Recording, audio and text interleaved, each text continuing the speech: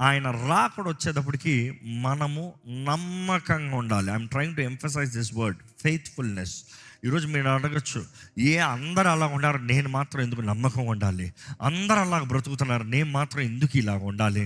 నేను ఎందుకు అన్నింటికి నో చెప్పుకుంటూ బ్రతకాలి? అందరూ ఇష్టం వచ్చేలాగా బ్రతుకుతున్నారు, why should I suffer? Don't count it as suffer.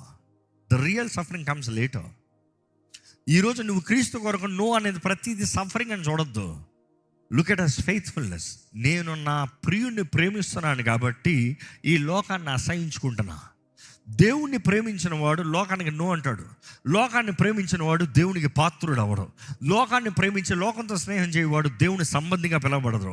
నువ్వు దేవునికి నమ్మకంగా ఉన్నావంటే ఆయన వచ్చినప్పుడు ఆ బోరధ్వని శబ్దానికి, ఆ మధ్యాకాశంలో ఆయన వచ్చేటప్పటికి నిన్ను తీసుకుని వెళ్తాడు. నీ నిరీక్షణ ఆయన వస్తే నేను ఎత్తబడతాను.